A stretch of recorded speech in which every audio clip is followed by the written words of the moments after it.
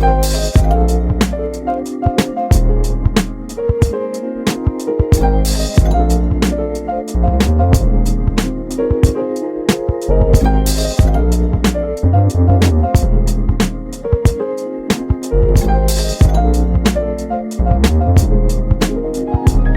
yeah. Haha, pop, pop, bang, bang. Bang, bang. Ladies and gentlemen, is it cool if we just jump right in? Yeah. Ladies and gentlemen, we have a very special guest today. This man really needs no introduction. If you are a fan of my music, you already know who this guy is. However, I'm going to give him one anyways. An amazing drummer, recording artist, producer, a well-known and beloved member of our community, an all-around great guy, and one of my dearest friends. Ladies and gentlemen, this is Luke Titus. Happy to be here, man. Thanks for having me. Of course, dude. We're just sitting here, just enjoying a little afternoon yerb. Cheers. Cheers, bro. Getting capped Hell up. Yeah.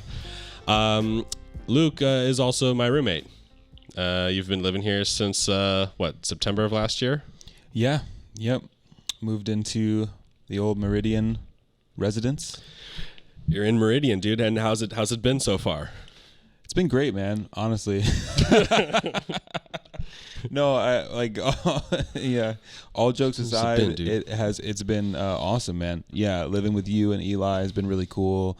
I feel like, before I moved in, I was over here a lot already, hanging out. Yeah, true. So it's been really nice, really inspiring to be around you guys. It's cool, man. Dude, hell yeah. Dude, you've been practicing a lot, dude. Yeah. Well, overall, obviously you haven't been around for the last few months. You were just on tour with Cisco and stuff. But like when you first moved in, I was shocked at how much you were practicing. Oh, really? Yeah. Wow. Cool. I didn't know. Does that even register in your brain? Yeah, man. I guess kind of. I feel like I go through, I don't know. Yeah, I go through different waves where I feel like I'm doing it enough, and times where I feel like maybe I should be doing it more. Yeah.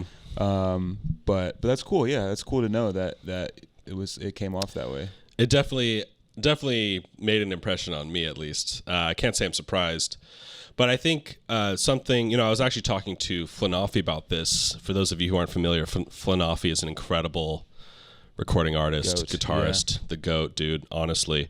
But we were talking about how rapidly you improve, because one of the things that he was talking about was a gig that he played with you recently where they threw a bunch of music at you last minute, you learned it, and then the first night, say you missed a few things because it was just like an impossible task they had thrown at you. And then he said he was like shocked how by the second show you ran a perfect set. And also the level of difficulty for this music we're talking about is like, it doesn't get tougher than this. Yeah, man. Yeah. I think it harps back to something we were talking about earlier today, even where I think, one characteristic I know I have that is, mostly good, sometimes a little frustrating, is just the ability to be self-critical. And especially like with learning music or playing music with other people that I care about, I want to do the best I can, not only for me, but like for them, so we can all play better, because I'm doing good, I'm showing up, doing, playing the music well. So I'm kind of like, sometimes it takes someone else saying it for me to like really be aware of it, but I'm really kind of picky about that stuff. Like if I miss something or I mess something up, I'll be thinking about it all night until we play the next show or whatever, Yeah, I don't think I ever see you make the same mistake twice. Like very rarely. And whenever but if it ever happens, you can always see you go, exactly. Like the self, this like bummed. The self. What's it? Yeah, the self critiquing has already begun. The moment the mistake is made, you're logging it. I can see you log it in your memory, like, not tomorrow. yeah. And when the show's over, you're like, I wish I had the second set right now. I want it. Yeah. Like we've definitely had shows where we like afterward, one of us would be like, I need another bite of the apple after that one. Yeah, totally. Like, I wish there was another show right now. Yeah, man, 100%. And then that next show, whenever you play, I know you're gonna just destroy. Yeah, man. But in a weird way, it's like it's kind of a never-ending. I don't know, because even if you don't I don't know, man. I think you can always find something to think about.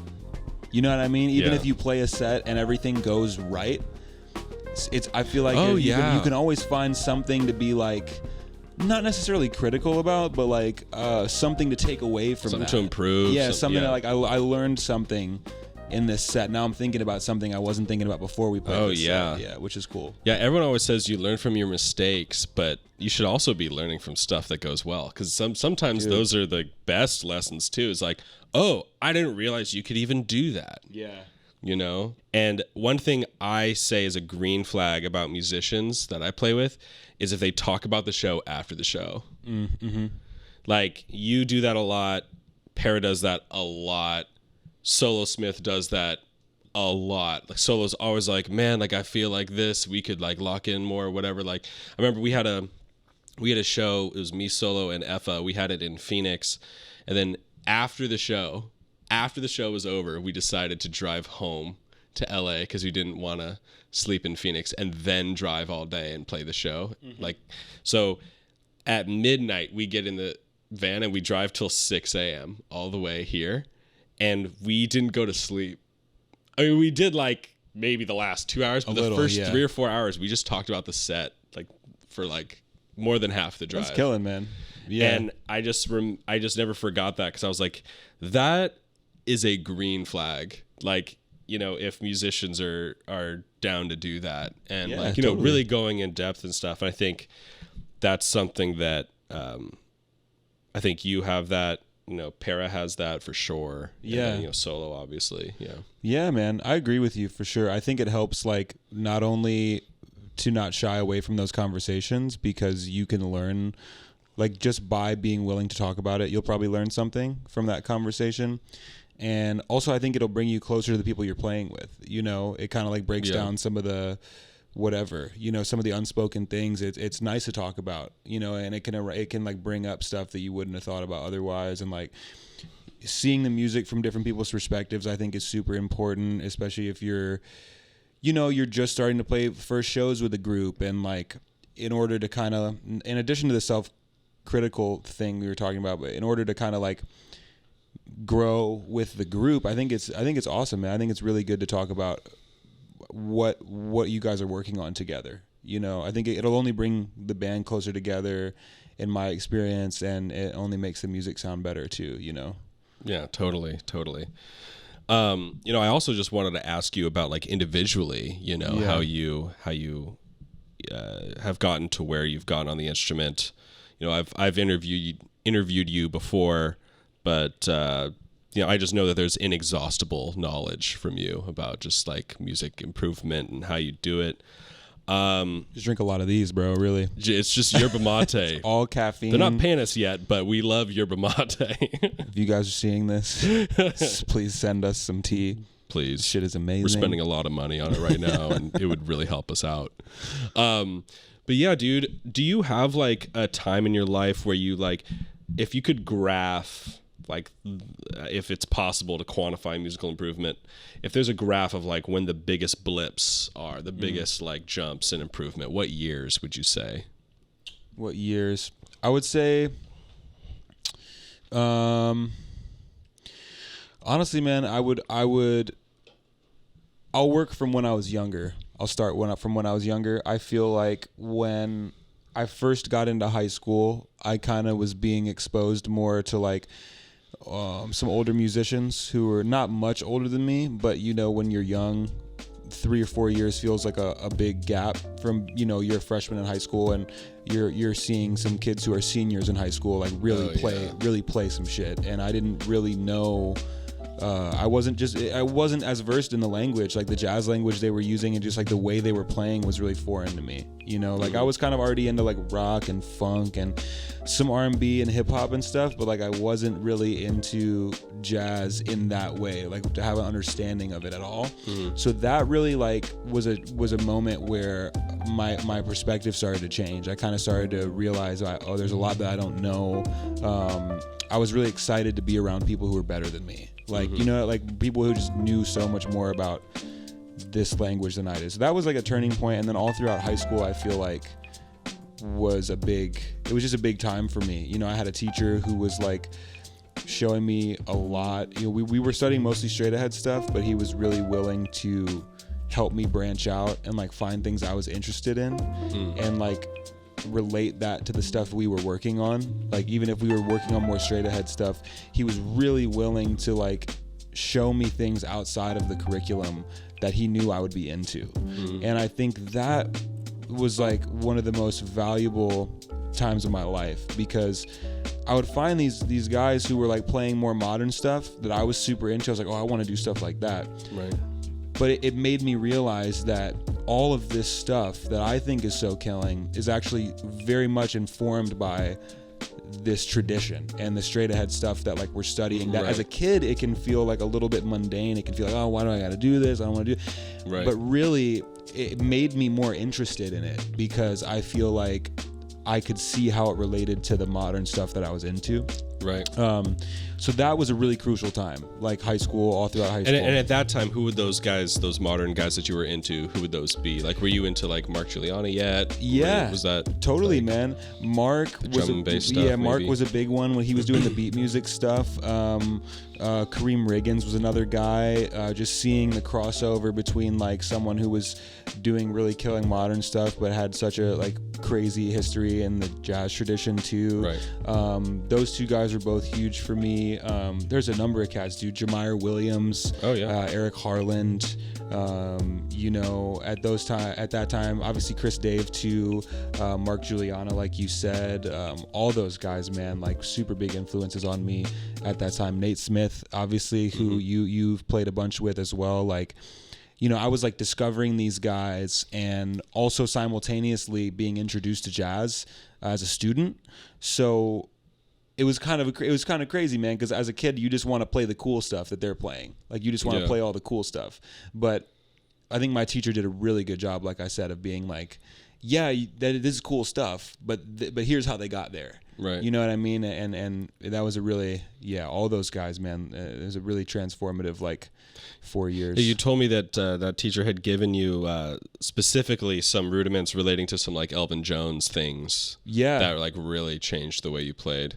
Totally, man. Yeah, I talk a lot too when I like when I give lessons. I've kind of slowed down, but you know, over the last 4 years, I've taught a bunch, and I think that when people ask me questions, like more personal questions about my style, I think I often come back to some of those Elvin Jones rudiments and transcriptions that like my teacher showed me when I was younger, because a lot of the like cool over the bar line weird triplet-y stuff, it really just comes from a lot of stuff that Elvin was doing, man, before most people were doing it, you know. And I was always so drawn to him, like as an influence, because he hit the drums hard, and like I was coming from a rock background, so it was like I think I was always a little nervous when people would be like, "Oh, you're playing jazz, man, like you gotta mellow out, dude," and they were right. I was definitely playing way too loud, but like still like I always thought it was so cool how he had this like almost kind of like punk rock attitude about for sure, about his approach to jazz. And and those rudiments definitely worked their way into my sound, like still, you know.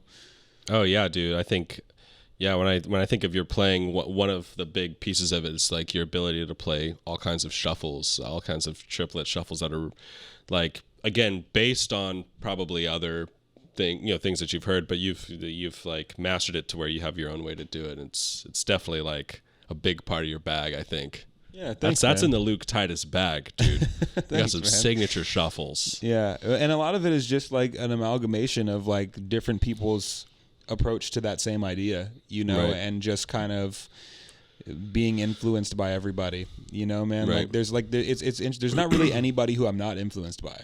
Right. In a way, like because I really feel like there are people who like at that, you know, you were asking me about different points in my life, Right. maybe where there was the most growth.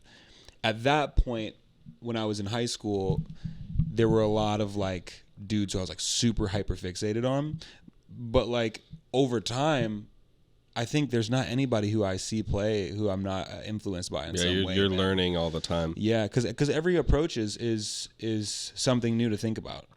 You know, like I like watching, You know what I mean? Like I feel like sometimes I almost learn more by watching someone play than I do necessarily sometimes by practicing rudiments. They're both very important, but I think like if you can try and get into someone's mind, if you can try and get into someone's mind conceptually and be like, why are they making these choices? How are they thinking about it? And really like let that sink and really listen to what they're doing, dude, that can change. Like I feel like sometimes those have been the biggest moments in my life where the most growth has happened, because I've like started to think about a new way to think about the instrument from a conceptual standpoint. And that I think is just as important sometimes as like the technical stuff, you know? Damn. Yeah. I love that. Yeah. Getting inside someone's mind is a great thing to try and do. Cause I mean, that's the end goal, right? If it's to understand, if the goal of music, you know, getting good at it is to understand, you know, playing and stuff, then, you know, it's also important to understand the mindset that leads to those things. Because that's how you're going to be able to do that. If you can change your mindset to then, you know, approach things a certain way, that's going to have a profound thing. Because I think, you know, a lot of the time people learning music will, you know, they'll learn the notes and they'll transcribe the chords and stuff. But yeah, like I remember when I was in college, something I did along these lines that helped a lot was just like, literally thinking that same thing. Like, what mindset is making so-and-so play like this? Yeah. And, you know, for example, just understanding the level of intensity it takes for Kenny Garrett to play. Like I always reference this video of him playing 2 Down, 1 Across with Jeff Tain Watts and Kenny Kirkland. And just understanding the level of intensity of that, getting inside that mindset, what that would feel like and what that's they're aiming for, really helped me to understand the music of, you know, John Coltrane, for instance, and just like the level of intensity, or Elvin, the level of intensity they play with, you know. Anyway, I think it's important to do that. Try to question like what's the mindset they're in that's leading them to do this, you know. Yeah, man. And it's not easy. You're not gonna ever fully, you know, be in someone's mind, but just thinking like, you know, there's a lot of stuff that I used to hear that I didn't understand. Like really, like drummers especially, man, when I was younger, be playing some insane stuff that it would just be way over my head. I would just be like, I just don't get it. But I would listen to it until I got it.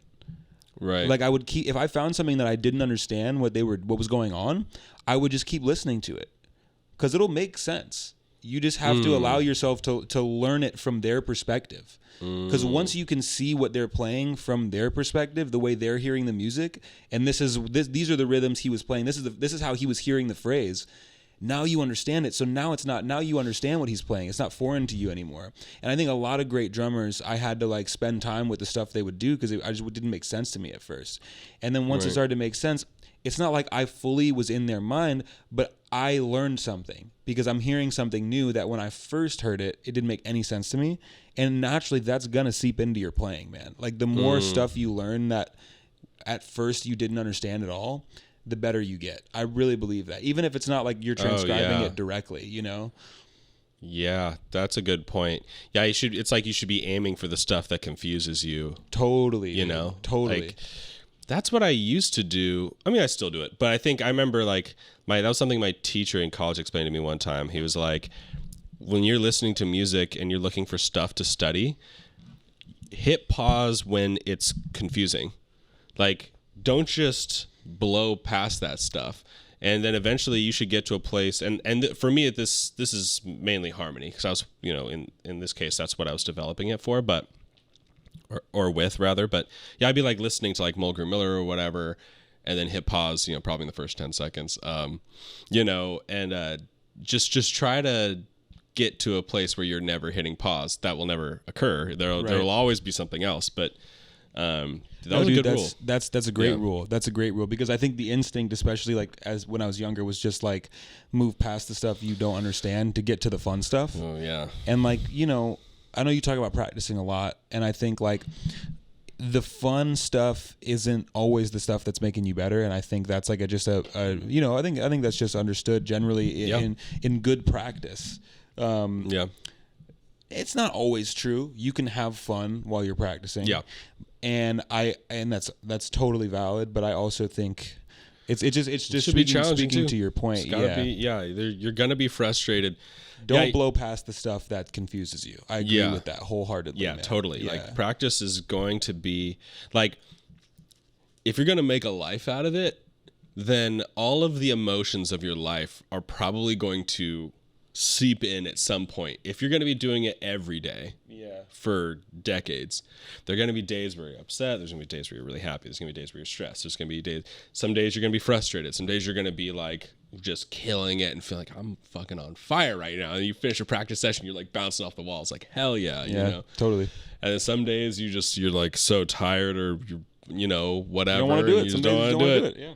And then you push an extra 15 minutes or 30 minutes and then who knows, maybe in the middle of that you end up pushing all the way through or not. Sometimes that doesn't happen, but you try your best anyways. And like, I don't know. I think that's a good point. I think a lot of times like, I do talk about practice like from the perspective of like, you do try to make it as enjoyable as you possibly can, but you don't expect it to be enjoyable every time because honestly, it's tedious, and you also have to like appreciate it despite the fact that it's going to be tedious and frustrating, and don't blow past the difficult stuff. Yeah, man. Process, dude. Trust the process. Process, baby. Yeah, and I think it's so true, man. You can't expect it to be fun all the time, especially if you're just trying to get better, if that's your goal. Look, if you're talking about performances, if you're talking about shows, if you're talking about making music in a creative setting, I think it's okay to want that to be fun. I think it's okay to want those things to be fun. Yeah. But when you're talking about practice, it's supposed to be difficult, man, because it's not easy to get better at something, And I think like it's just about showing up. Yeah. I think that's the thing, man. It's like if you show up as much as you can, and like exactly what you just said, if not every day is going to be your best day, some days you're going to feel great and motivated, some days you're just not, and you can't expect yourself to feel motivated every day. Yeah. If you accept that and you still are willing to show up even on the days where like it's a little bit tough, that will it goes so long. It goes such a long way, man. Like it really goes such a long way. Yeah, I believe it, man. Because it's not about the days where you feel like doing it, right? It's about the days where you don't, man. Are you listening right now, you guys? Yeah. The days where you don't. Dude, you're getting me fired up right now. I mean, I think, it's supposed to be hard. Absolutely. But, I struggle sometimes when I talk about this stuff to give... I'm always honest with you guys. I'm always honest, but I do not. Sometimes I don't accentuate that enough. I'll accentuate some of the other true elements of practice, but this part I do kind of dance around because I don't want to hurt people's feelings or something. And I'm just going to speak to kind of a larger issue. Yeah. Which is that I think there is a bit, and it's definitely a millennial thing. You're like a cusper, like 96. You're so is that Z or is that millennial? I think I'm just barely millennial, but I'm like barely. Right there. I'm right there on the cusp. Although actually I think it's like I think it's the same with our age group. There's this like take a break culture, which I appreciate. Yeah. There are times where you do need to take a break. Kit Kat, man. Yeah. I get out. No. You gotta take a break, dude.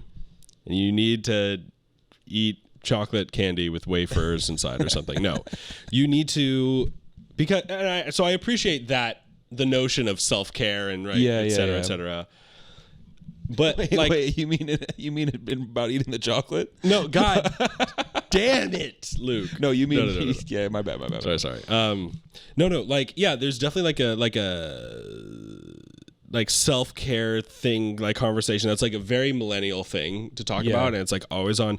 But like, here's my problem with it's not that that's a bad idea. It's just that, is this a problem that exists for you? It depends who you are. Because like, for me, at a certain point, when I wasn't practicing it, like when I wasn't having consistent improvement at my job, which is music, okay, if someone came up to me and said like, take a break, man, that's really important, I'd be like, okay, but is that a problem I need to solve right now? Like, just like, because honestly, I'm gonna tell you right now, most of the students that I had, of which there were over 1,000 in my email list by the end, the problem that they needed was not that they needed to take a break.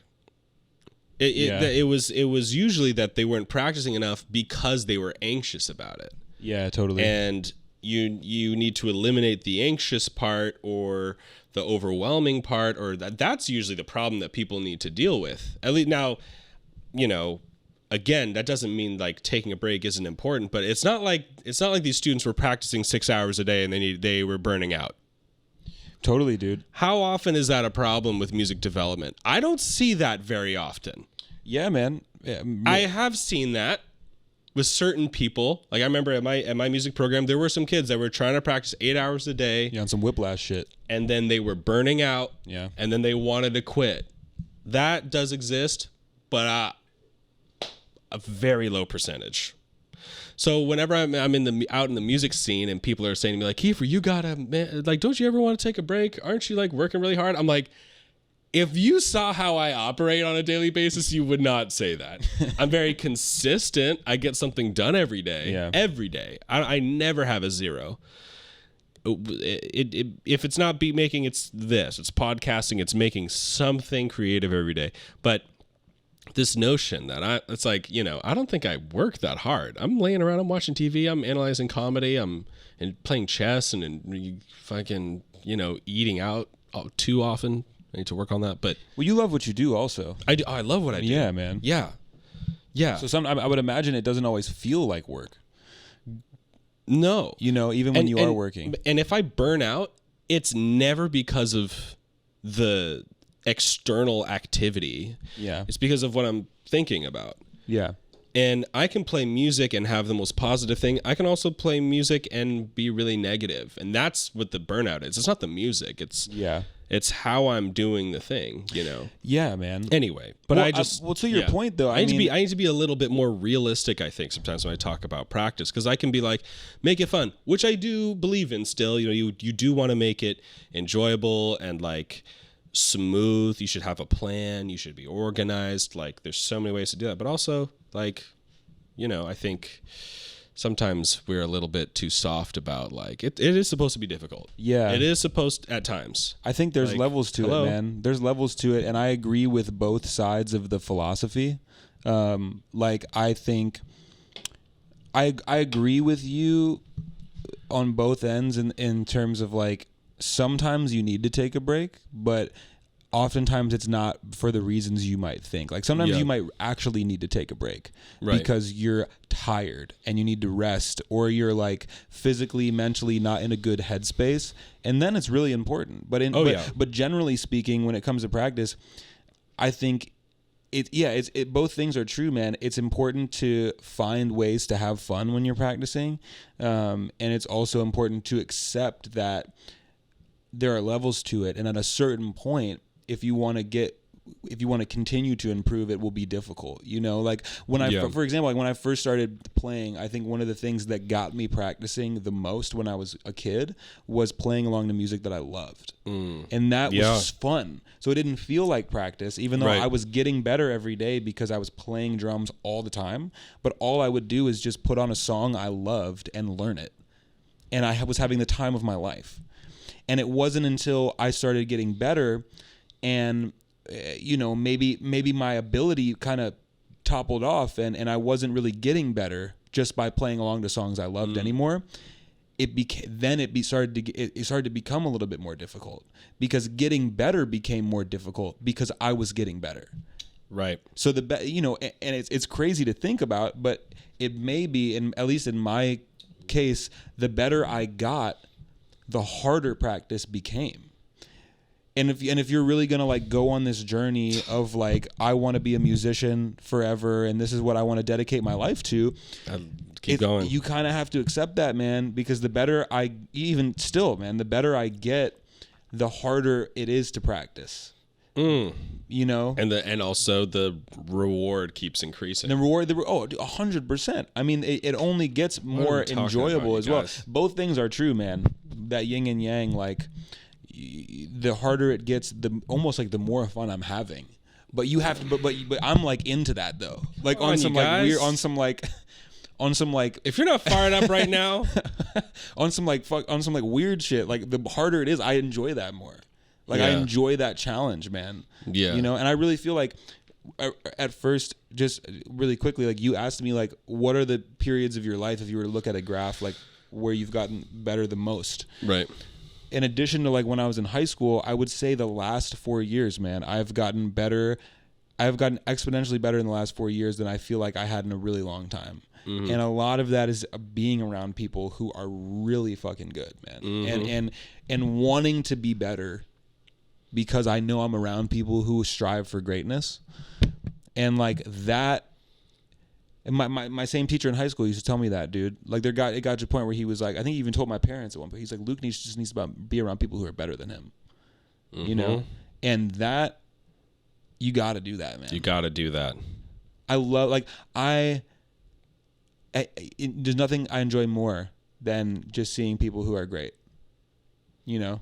So I just said a lot, but we're on a podcast. That's very convenient for the format. We want you to say a lot. No, I mean, dude, I want to talk about that last part too. I know we were originally talking about your timeline and then we just got off on like, I do want to get back to that at some point, but I'm just really feeling this. I mean, maybe this is just where we're going.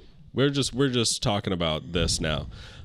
Dude, yeah, your crew, like the people that you surround yourself with, like if the first tool we talked about today is just like having determination and, you know, to practice through the tough days, here's the second skill we're bringing up, which is the crew you're in, you know, the people that you're around, what you're, the level of, the level of mastery of the people around you. You want to be around people who are better than you in certain ways. Yeah, totally. I mean, let's talk about it. Let's talk about like every time you found yourself in a better room, like what kind of things you were learning. Cause you know, you've been around ever since you were very young. You've been in rooms that were, you know, where there was a lot of talent around you. Sure. Know? Like who were some of those people, you know? Yeah, man. I mean, you know, when I was, man, even when I was, you know, just starting, you know, when I was like 8 or 9 or 10, like doing like random like after school music programs in Chicago, there would always be like the older kid who was like a few years older than me who was just better. He was just a better drummer, man. He just got to play cooler songs. He was better. More people wanted to play with him because he was better. Yeah. And you know, my perspective on what all that means has obviously evolved a lot over the years. But like at the time as a kid, I was just like, I want to be better. I want to be like this guy. Like I want to be able to play cooler songs. I want to be able to like, you know, hang out with the better musicians. And so it started there, man. And I don't know if it was necessarily a competitive thing against other people as it was just like a thing. It lit a fire in me. And so that was maybe the first time. And then, you know, when like I said, around the time I was about to go into high school, I had some friends who were like already studying jazz in high school jazz band. I remember I got called to do a session one time by my friend Aaron, who's a bass player, and he like invited me to go hang and play with like all these high school kids who were like already playing jazz. I was not at all. But for some reason, Aaron thought I could hang. I don't know. We were friends. For some reason, he just like, he invited me to this session, and it was he was on like a rooftop of like his apartment building in like a summer Chicago thing. Anyway, he was getting a bunch of his buddies together to play. Maybe a drummer bailed and he needed someone, so he called me. Right. And dude, I will never forget, like, I was just, I don't even remember how I sounded. Awful. I'm sure it was just nothing. I'm sure it was just 1, 2, 3, and just not it, whatever I was doing. And I remember these kids, these older kids, like saxophone player, trumpet player, whatever, piano player, dude, not even through the first tune, we're just like, yeah, I think we're just gonna call it for the day. And I was like, my god, dude. And you know, like, it's kind of what, you know, I don't know if it was that dramatic. Maybe we made it through a song or two, but like, that's how I remembered it, you know. And it hurt a little, but surprisingly, I wasn't like totally destroyed by it, because I knew I was young. I knew I was in an environment with kids who were like more seasoned. Yeah. And it just made me want to practice. You had some understanding of the situation. Yeah, totally. And it just made me want to practice, man. It just made me want to practice. And the next time after that was when I was telling you, when I first got into high school and seeing the kids in the top combo, you know, and being like, they're swinging really fast right now. And I'm like, I just can't do that. I can't play that fast. I can't play that controlled. I don't even know how to follow a form of a tune or like read a chart. There were all these things that I just didn't know how to do, and it was scary, man. It's like scary because you think, you know, I find that at different points you find yourself maybe being the best person in the room until you get into a room where you're the worst person, and that's been. I just keep striving for that, man, because like those are the times I've gotten better the most. Then through high school, I got a lot better and started meeting older musicians in Chicago who were just so killing, dude, and just seeking out that knowledge and seeking out those environments where, like, even if I'm just going to a show to see like Micaiah McCraven, you know, any killing drummer in Chicago, any great musician in Chicago when I was growing up, like even just going to the show. By putting yourself in that environment, you're watching someone who's just way better than you at what you do. Mm-hmm. You're gonna learn something every time. But yeah, man. In terms of like the personal community, I don't know, man. I think it's just something I always like was attracted to. Just people who like were really good. People who were, you know, better than me is an objective thing, but like I think I still am just always trying to be around people who I think are just like better than me. Top level, honestly. Yeah, just like doing things that are like blowing my mind, you know. And we're in a great city for that even now too, man. Like there's so many killers, dude. Like young dudes, OGs, and everything in between, man. There's so many killing musicians, and to have that approach, but like in a genuine way where you just want to be around people who are like really good, really dedicated, like makes you a lot better. Oh yeah, totally. Yeah, I mean that's partially why I surround myself with, you know, people like yourself and, you know, Eli, and, you know, whether it's playing with solo or playing with, you know, someone like Para, obviously, or Effa, or, you know, I'm lucky to play with Nate Smith. Like that's, you know, if I'm hanging on for dear life, dude, like just trying to keep up or like and fake it at times. Yeah, man. And then that faking it on the next show and the next show and the next show comes closer and closer to like I'm actually fitting into a room, you know. Dude, that's deep. That's always that's where you really improve, I feel like. I agree, bro. I used to say like, and it's still true, but like, yeah, try to be in a room where you are the worst, like you said, and then you just try to fit in. Yeah. And then maybe even eventually by the end you're one of the top contributors in said room. And then you find another room. Maybe not a better room, but just a room that's just where you're developing some other aspect of your musicianship. And like you know, that could be, you know, that could be, it doesn't have to be like, you know, if we were talking about like, you know, playing, but also that could be like a producing thing or like making records. That could be like totally, bro, like being in a session that's like, you know, for a rapper, and which, by the way, a lot of musicians walk into those rooms thinking they're the best, and then they end up not contributing well. Isn't that funny? It is, yeah. But and also, if that's how you feel, you shouldn't be there. Yeah.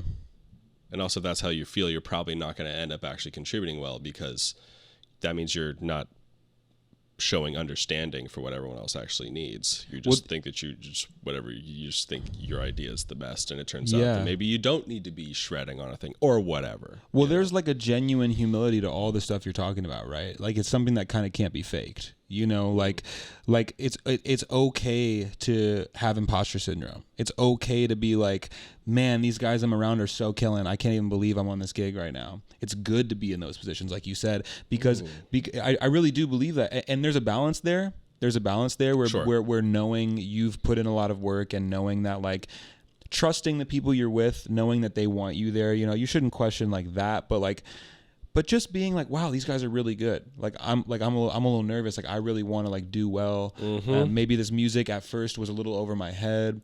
Dude, I can name like everybody I've ever played with, at least at some point I felt like that. Oh yeah. Like when I first started touring with you, point. man, 2021, like learning your tunes. Like it had been a long time since I'd been producing a lot for the last couple years. Getting back into the live world was intimidating for me. Crazy. And like and even a lot of my close friends now I play with all the time, man. Cisco, whoever, Julius, even the show last night, man, when Simon I was doing with Lindsay and Simon and Tone, like, bro, I literally felt like I was hanging on for dear life. You know what I mean? Just like flying by the seat of my pants. But there's that's like kind of the best. Maybe not in the moment. Well, no, it is, man. It is too. Yeah, it can be. Yeah. I think also there are times when you're around certain groups of people where you all feel like that.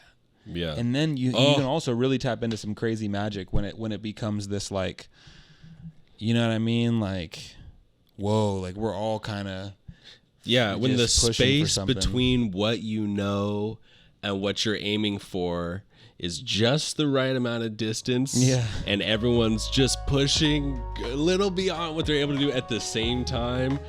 Like, that space is music, dude. Magical, man. Yeah, for sure. That space is music right there. Like, that is where, when everyone becomes greater than the sum of their parts and everyone is hanging on together, and has to have their eyes open and looking to see, because someone surprises you, throws you off even further, and then you chase it, and then and then you're getting better. And now you're getting into some conceptual stuff, man, because it's like, what do we really do? Like it's never about you.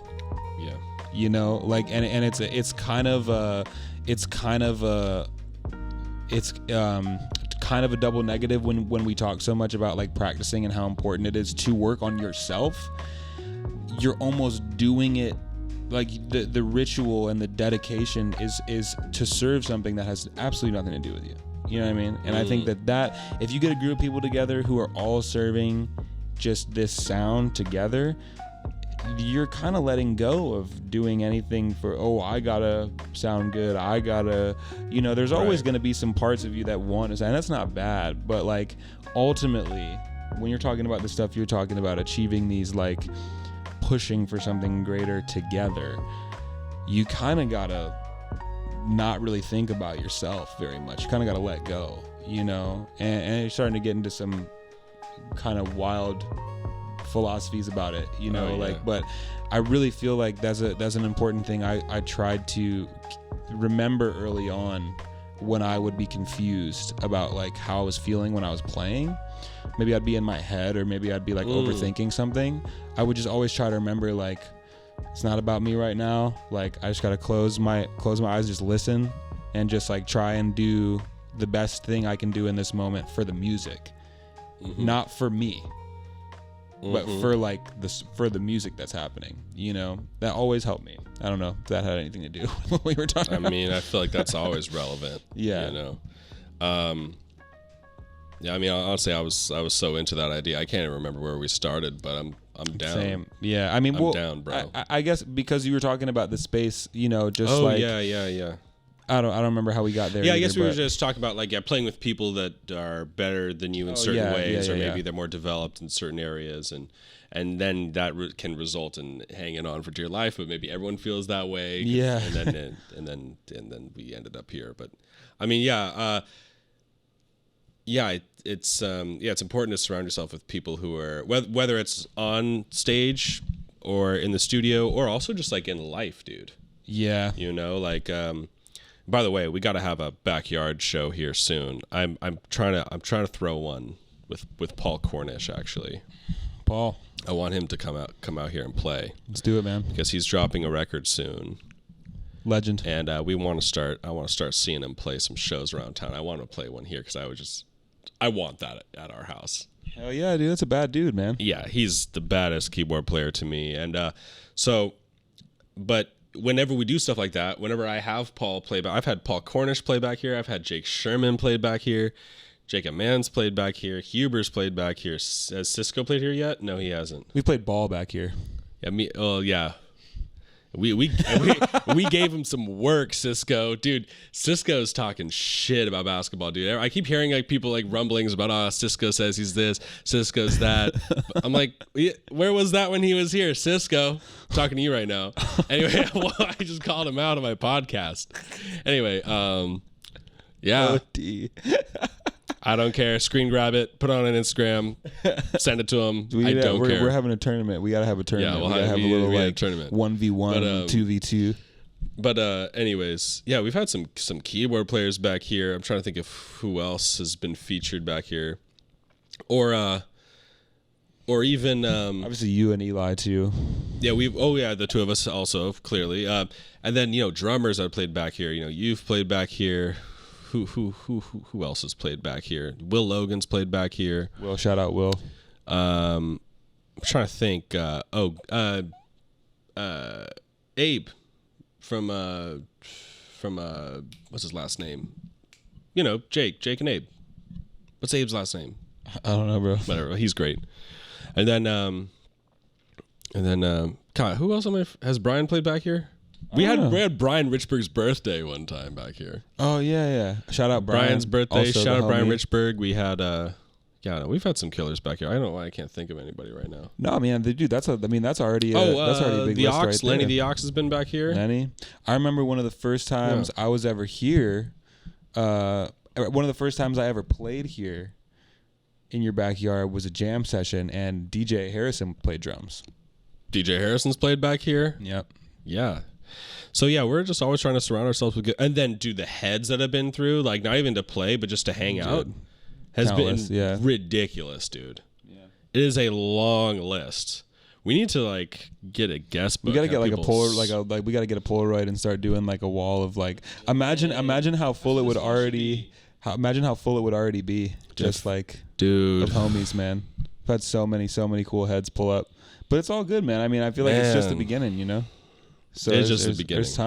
There's time. Yeah, I did feel a little bit of regret for a second there. No. I got in my head a little bit. Dude, what number episode is this? 5. Yeah, it's 5, bro. It's a 5, baby. You're only at 5 right now. Yeah, we're on the ground floor. Ground floor. Yeah.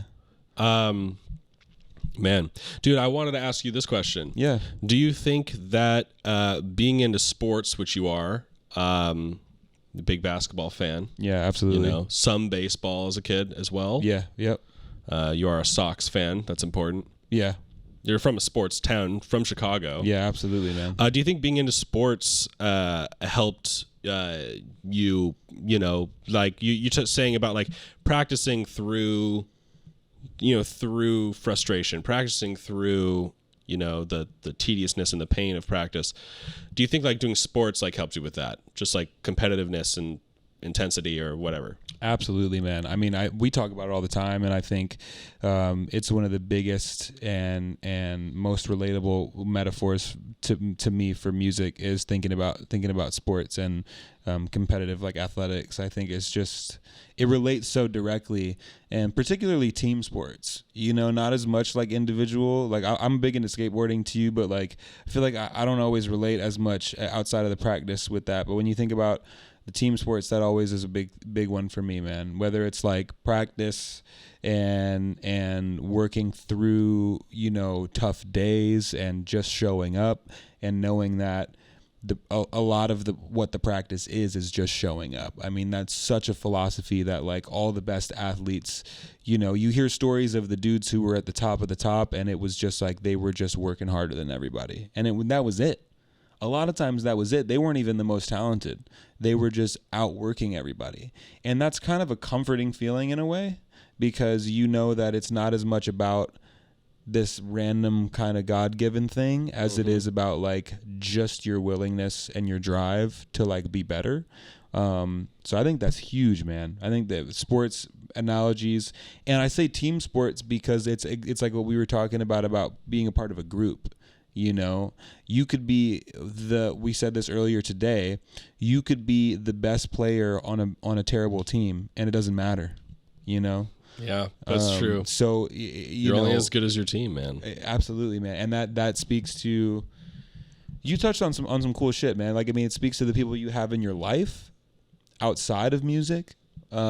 the people you have in your life that you play music with, you know, it's all connected, man. It's all super connected. I really believe that the discipline you carry in your practice, the discipline you carry in your life, your friends, the people you do music with, like it's all connected for sure.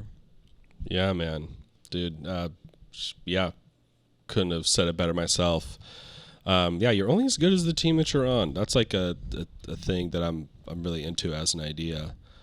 And you know, this morning we were talking about, I guess, without getting like too far into it, but yeah, this morning we were kind of talking about how you fit on a team, and also like it's not just like, because I think sometimes people think about like gigs and like, you know, that being their team, and you know, I certainly do. You know, I consider myself like on Cartoon's team or Nate Smith's team or whoever I'm playing with. And some people, when they like look for gigs, I think they try to just like attach themselves to like the biggest gig they can possibly get. And that might be their value that they're going for. You know, they want to be on the biggest team they possibly can.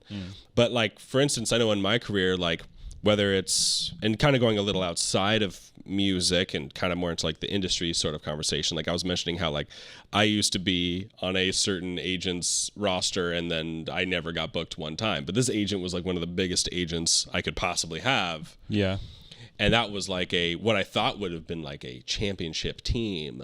But then it's also the role I was playing on said team was like, I was like the last dude on the bench. I wasn't even on the bench. I was in the G League, dude. Yeah. And I think it's also important to you know, it's not just, you know, you want to be on a good team. You want to surround yourself with a good team, but you also want to be effective for your team. Yeah. You also got to find places where you're effective too. It's not just like, I'm going to go for the biggest gig I possibly can have. It's like, let me also find a gig where I'm like really effective, where I'm doing the stuff that I'm best at, where I feel valued, etc. Totally. I would also add that in as well for like Definitely. how you fit into a team. You know what Yeah, I'm saying? no, dude, 100%, man, 100%, and it's not, you know, it's important to, it differs from person to person, but I think it's like important to find stuff that aligns with your values, you know, and just find ways to be honest and be around, you know. Yeah, man, it applies across the board, whether you're doing production stuff or a live performance or whatever it is, even just hanging out with people and having a conversation. You know, it's like all the same. Finding ways to be honest, finding ways to put yourself in situations where like, you know, that like align with your values, you know? And I think for some people that's like huge crazy gigs, for some people that's like smaller stuff, but they, you know, whatever aligns with your values you're gonna be happy to be there. First of all, you're gonna be a better team member because you're happy to be there. And and for me, like it's hard, like I the team members, the other teammates make it for me, bro. Like I don't know if I would enjoy doing a whole tour of like stuff if I was just like alone doing like a solo act, you know. Like the team kind of makes it for me, man. Like my friends and the people I get to do it with and share the experience with, like, and I'm sure, you know, I know you may feel the same way, but it's like, that's so much of it for me, the community, man. Like that's so much of it. And I think that's something that keeps you going too, man. That's really like for any people who, you know, struggle with that or like finding community, finding the right people. It's like they're out there, man. Just keep trying, keep looking, and keep at it, because there are other people that are like into what you're into, you know. Yeah. It can be hard. It can be a hard thing for people to find community, but it's like so rewarding, so worth it when you find it. Dude, love that. Dude, I also we should get into like your solo work too. Sure. Because that's kind of like the biggest thing for you going forward. Yeah, like what would you say what would you say are the differences between you as a solo artist now and say 5 years ago? Like what's different about your approach, what's different about your songwriting, etc.? Man, that's a good question, dude. I feel like you know, I feel like I'm just a bit more honest version of myself now maybe than I was then. I think I was still doing stuff 5 years ago that I thought was cool. But I guess my work just feels a little bit more intentional, a little bit more informed now than it did 5 years ago. Yeah, man, just intention. I think I'm like a big, like, come from a big, like, beat maker kind of background from when I was in high school, just like making a lot of beats and making a lot of music, and doing a lot of like kind of sonic collage-esque type of stuff with like beat tapes and mixtapes and stuff. And I don't know if I used to be very intentional about what I was working on, like from a conceptual standpoint. I think I was always just trying to make something cool.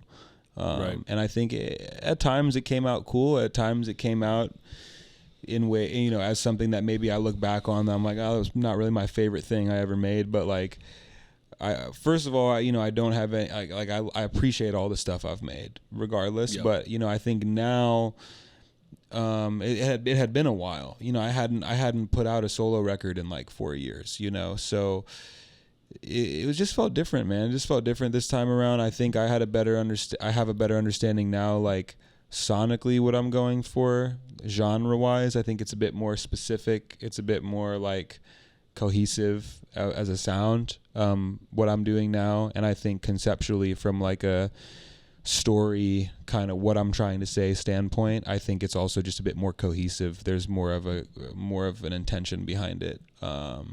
Yeah, that's what I would say. Really. Yeah. And opening myself up to collaboration more too. I think in the past, I've worked a lot with other people on their records. I've been doing that for years and years. But when it came to my stuff, I was really closed off. I was like, I'd have to do everything. With this album, I didn't do that. I was just kind of open to making music with the people I was around. And some of the songs ended up being just me, but a lot of them ended up being stuff I did with other people too. And I think that's been big for me on this record. And even just talking to people about it, not being so closed off. We've had so many conversations, man, about this record I've been working on, and it's helped me so much because I've just tried to allow myself to be open to hearing what you have to say about your experience making records and all that. All that stuff has kind of made different now than it was back then for my stuff. Hell yeah. Yeah, dude, this record that Luke's working on is absolutely amazing. Thanks, man. Yeah. Forthcoming announcements to be had, but so I won't say too much, but it's really, really amazing. And dude, I'm proud of you. We're all proud of you. It's really special, dude. It Thanks, really man. fucking is. Yeah. I appreciate it. I really do. Yeah. And it's just been an incredible couple of years for you. Like just your growth on the instrument, musically, spiritually, as a person, everything is just you're coming into full form, baby. You really are, and we're just proud of you. Thanks, man. Oh, dude, it means a lot. It means a lot, man. Thank you. Yeah, dude, like, like some of the things that I've just really enjoyed, whether it's hearing you playing in the garage, playing the music that you've been working on. Hearing you practice, just seeing videos of you just going crazy. By the way, just like a new thing that I've just like been noticing in the last couple of years, like, because like again, when I first met you, like you were saying that you weren't really like playing live music that much at that time. Well, obviously it was the pandemic, but even even without the pandemic, even before then, you were still like kind of becoming more of a studio guy. Mm-hmm. I mean, you're always going to be a studio guy from what I understand, but the live thing is just like, it feels like it's been so explosive this year, dude. Well, I'll tell you what it was too, man, from like a back then standpoint really quick. I think too, like I was doing a lot of stuff that was more, I was still playing music a lot, but it was a lot of like playing with artists and playing with backing tracks and like playing like, really, consistent show. Like we play the same show every night, which is really enjoyable. And I think actually a whole different skill set that I had to like learn how to become good at as a musician. But when I got back into like playing instrumental music, improvising, that's kind of what I hadn't done that in a few years, even pre-pandemic, because I was doing a lot of stuff with artists, or like comping or like things like that. Exactly. Yeah. You said something else at the end of that question. I can't remember. Well, it's just like playing live is just, I feel like over the last like 2 years, 3 years, it's been like phasing in. It's just like you've become so much more explosive.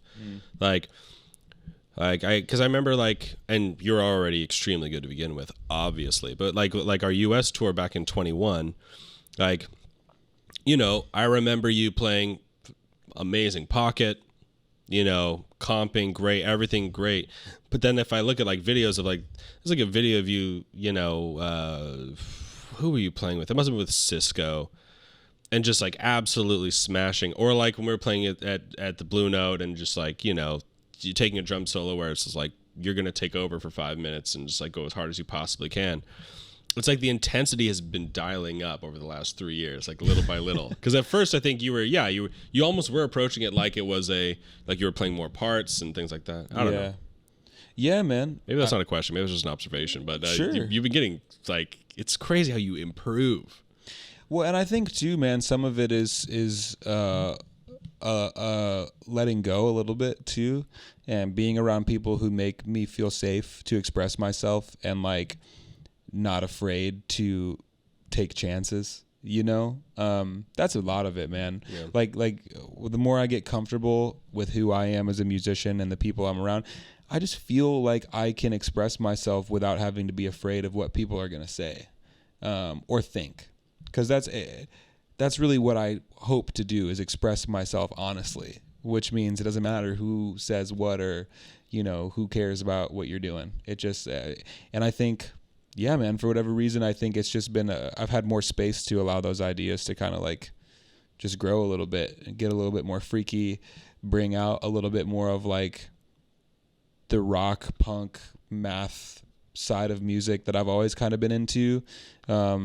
Yeah, I don't know, man. I don't really know. And just, that's just kind of where the expression, I guess, has led me recently in the last few years, just kind of more intense kind of vibes. Yeah. Yeah.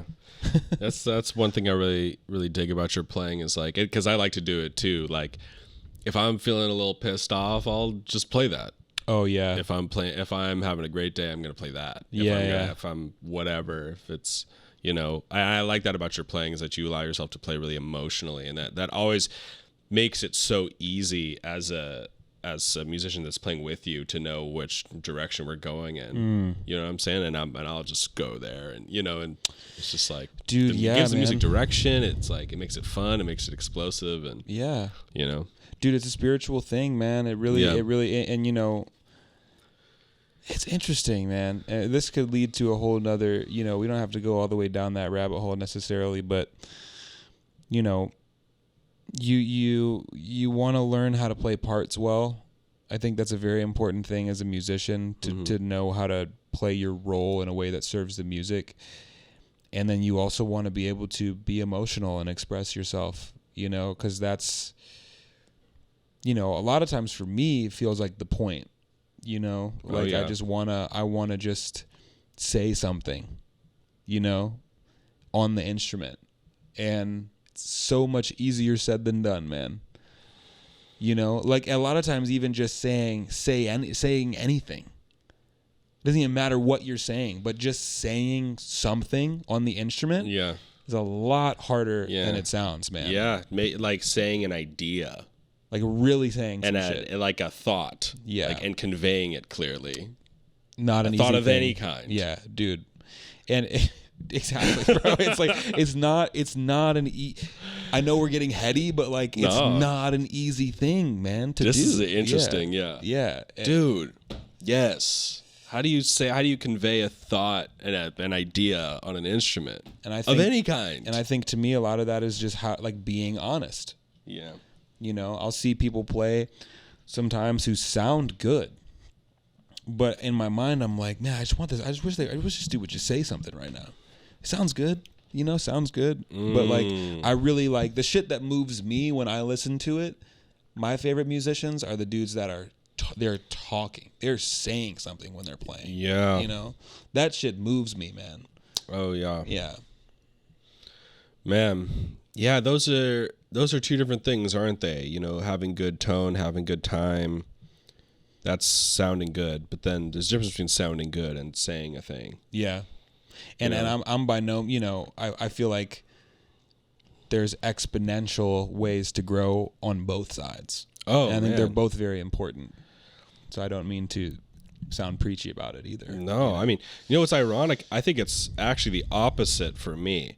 I think saying something it comes more natural to me, and then like the technical or the, you know, the part where it's like, yeah, trying to have a better sound is what I'm working on all the time, because I think I have ideas that are good to say and I know how I could say them, and then it's just my execution isn't the best. Sure. I think, you know, but yeah, I feel the same way too. Like I definitely sometimes hear younger musicians playing, and like, you know, maybe I went to a jam session last week, and we were mixed in with some like younger musicians. There's some like 18, 19, 20-year-olds playing. Yeah.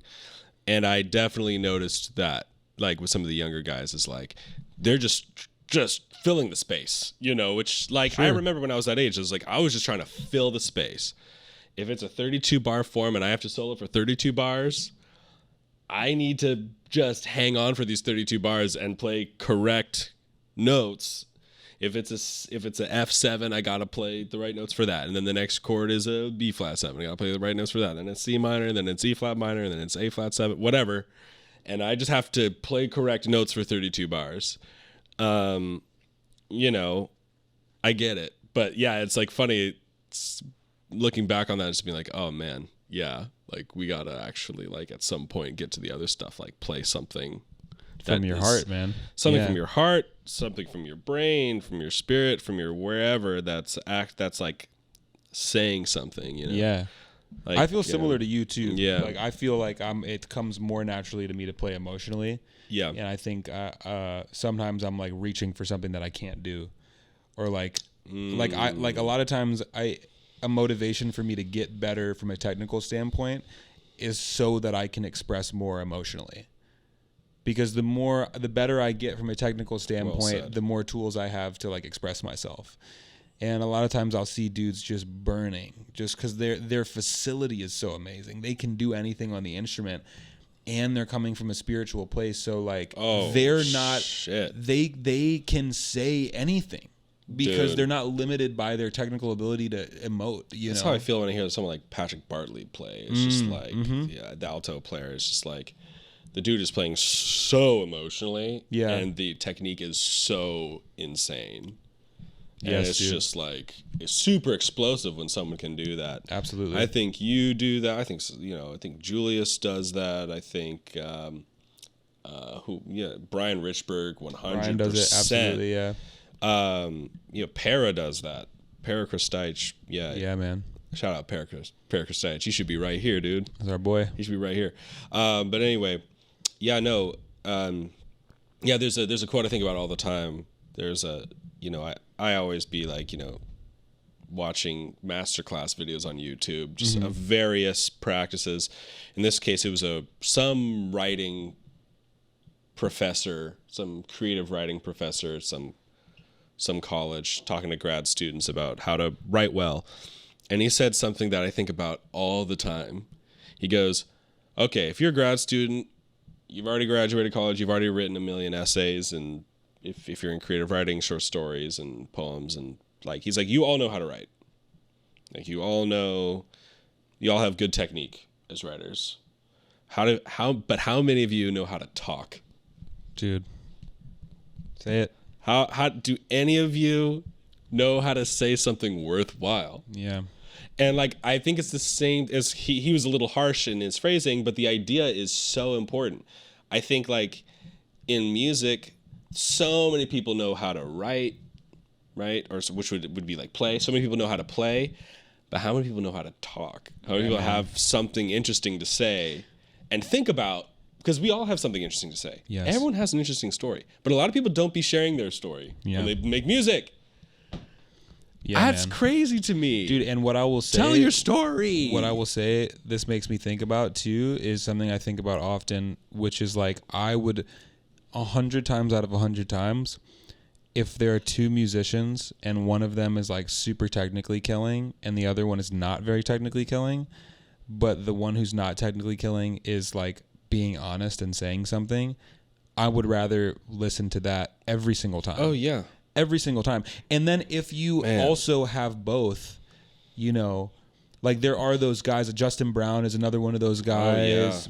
You know, Marcus Gilmore, just from a drumming standpoint, Marcus Gilmore, J.K., you know, Jalen Bryan, all these dudes. Like, there are drummers out there who have that facility of both, where it's like, not only are you coming from like an honesty, emotional place, but you're also like really technically good, and then it starts to get into this like just insanity. But like. But there are so many great musicians who I love so much who are not the most technically killing people. Yeah. But they know how to be themselves, and they know how to say something. They know how to write they know how to write a song. They know how to play from the heart. You know, they're not trying to be anything other than what they are. And I think that is, in my opinion, like the most important thing. Because I would rather listen to someone who is just being honest, being themselves, than listen to someone who's burning and technically killing, but there's no emotion behind it. You know, that's what knocks people out is when you play like, you know, you could play a ballad just beautifully, dude. Just beautifully knocks people out, you know, like, man. Or playing something that is just like taking a solo that like I think about like Eric Krasno, dude. I saw Eric Krasno play earlier this year. Shout out Eric gosh darn Krasno. Eric gosh darn Krasno, dude. Soul Live, I have to say, playing the most soulful solos. Bro, I have to say Soul Live was like honestly one of my first favorite bands. Hell yeah. Yeah, when I was young. I honestly had never heard of this band. I mean, I had heard of them. I never heard their stuff, and then I watched them at the Blue Note earlier this year, and like, dude, Eric is playing like, first off, he's playing the guitar like the way, like as God intended, dude. He's playing the blues, he's playing Jimmy, he's playing like all this, he's playing Albert King, he's playing B.B. King, he's playing like, you know, and then he's playing funk stuff, and he's playing Wes Montgomery. He's just playing the guitar. Yeah, man. And the tone is incredible. And he's just like, he's playing soulful shit.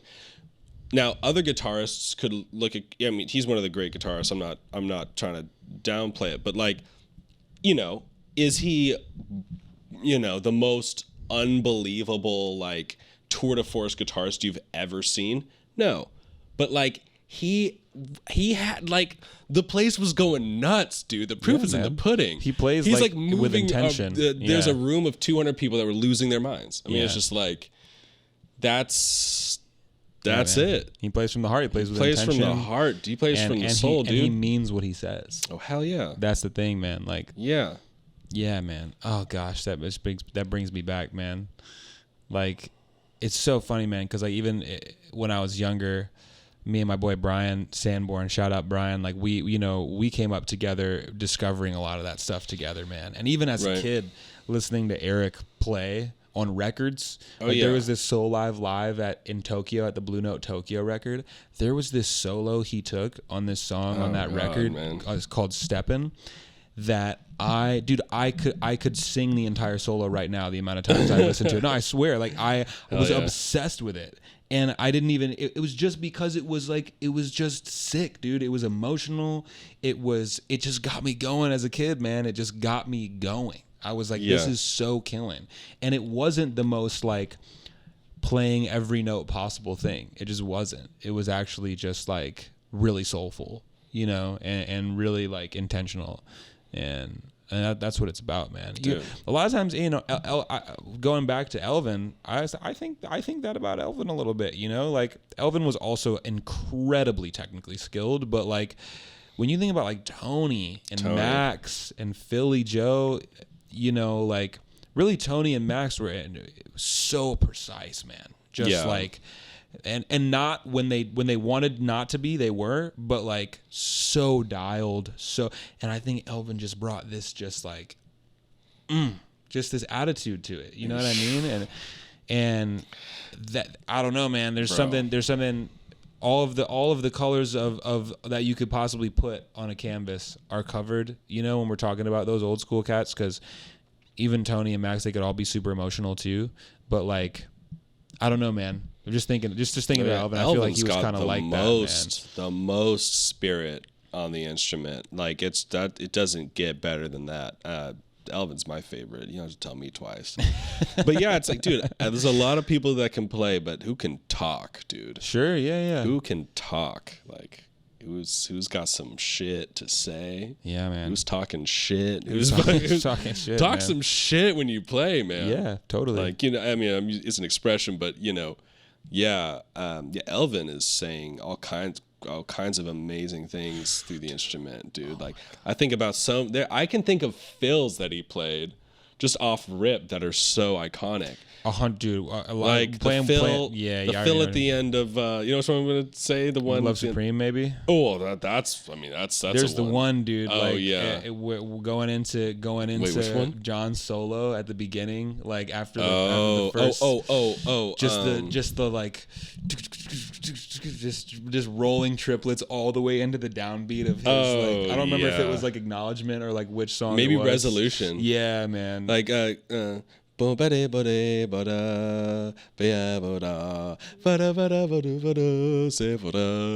tune.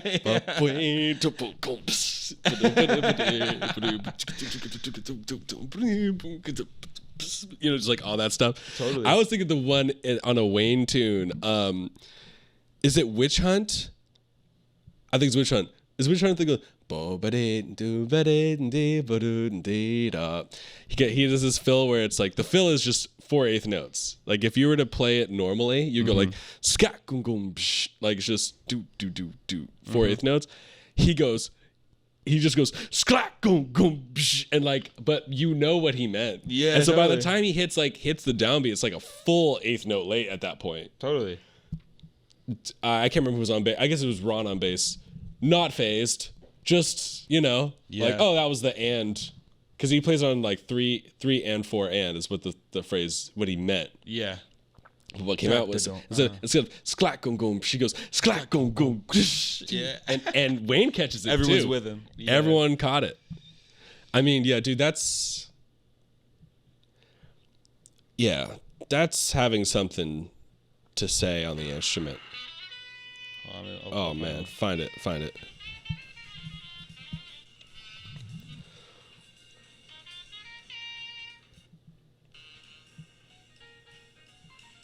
Oof.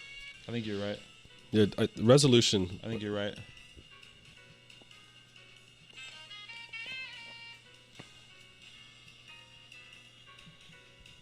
I can't remember if it's in the middle of his solo or at the beginning.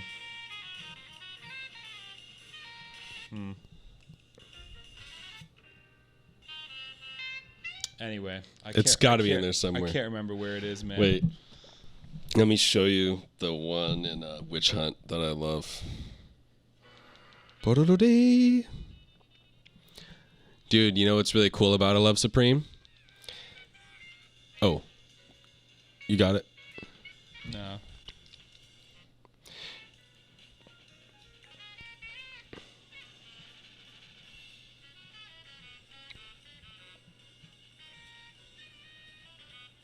Oh my gosh, I can't remember where it is. Dude, check out this drum fill.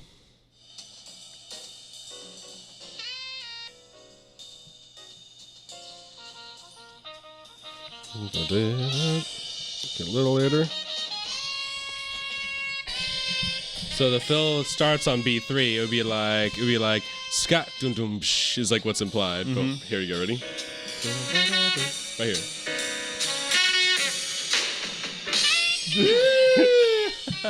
It's so simple, and it's so effective. Yeah, man. Yeah, absolutely. But talking about a Love Supreme, there's this video on YouTube you can watch where the last piece is called Psalm, and John Coltrane wrote it in words. The pieces. Have you seen this video? I haven't seen the video, but I've read what he wrote because it's on some of the vinyl copies. Yeah, and he plays it. So if you listen to the song and look at the psalm, which someone has it like on YouTube, like every note is a syllable of he's reading it and playing the notes. Whoa, really? And when he gets to the end, dude, if you don't get goosebumps and start tearing up, then you don't have a spirit. You just call a doctor, dude. You might not be alive. You need to talk to a doctor, but dude, he gets to the very end. He says, he plays Amen, and then he goes, Bo-da-bo-wee. And the last thing he wrote is, A Love Supreme. A Love Supreme. Wow. And that's how he opens the record. Wow. Except it's a half step up on the last piece. But so then it like kind of unlocked this thing of like, oh, he's literally saying A Love Supreme when he opens the record. Yeah. Whatever, the whole line he plays. But dude, that's you deep, got to man. watch this video this Yeah, person I put will. up on YouTube. Absolutely. Because they also like animated it in a really nice way where they like highlighted his words and like, you know. Yeah. And when he gets to the end of the video and it like fades to black and you think it's over after Amen, and then his handwriting fades in A Love Supreme and he plays the 4 notes and you're like, oh my God. That's so killer. Dude, and now those 4 notes man, it's just like, I mean, that's the ultimate level of what we're talking about, right? Sure. Somebody that not only speaks to the instrument, but also has the technique to do it. I don't think there's ever been a person who's more dedicated to those 2 things than John Coltrane. And if there is, they're on the same level, but not. No, you can't go above that. I mean, that's Sure, just yeah. like a lifetime. Absolutely, man. That's a full lifetime, a full, you know, Yeah. full commitment, full send, if Full you will. send, if you will. Yeah, full absolutely. send. Just sending it, man. They used to just send it, honestly. Yeah, man. Well, what are you looking forward to in your life as we Send it, dude. Wow. as we close out here? We've been going for a little while. What am I most looking forward to in my life? That's what you asked? Yeah. Yeah. Dang, man. Honestly, I think right now this record we were talking about, which I'll before the year is over, I'll announce it at some point soon. But yeah, man, I'm about to start mixing this album that I've been working on since last year, and it really feels like I've been working on it for a long time. But I think technically I've only been working on it since last year. But really excited about that, man, and just excited to present my music to the world and play some shows, play some more solo shows of my own. I'm really looking forward to like embarking on that and seeing what that's going to look like for me. Just kind of putting a lot of effort into what that could be. I think that's kind of the next chapter for me right now. So I'm really looking forward to seeing what comes with that, man, and hopefully getting to play some shows and travel, meet some people. Yeah, and it's always really exciting too, man. Like I have all this music, but I haven't played a lot of it live ever. So I'm really looking forward to seeing like what that experience is going to be like, of like bringing the music to life and just sharing the record with people, man. I'm really excited about that. Yeah. Beyond that, just excited for the rest of the year too, man. We got some cool shows coming up together, and cool shows coming up. We're going to Hawaii, baby. We're going to Hawaii. We're doing, Jazz is Dead at the Lodge Room, which is going to be so much fun. Ticket links below in the description. Pull up. Yeah, man. And I'm playing a few more shows this year with just different friends of mine, and I'm looking forward to. So it should be a good rest of the year. Hell yeah. Yeah, man. Well, ladies and gentlemen, if you are not familiar, now you are. This is Luke Titus, my boy, dude. Dude, thanks for having me, man. I love you, bro. Thank you for coming on, you dude. too, man. Anytime. Hell yeah, man. All right. Peace, y'all. Be encouraged.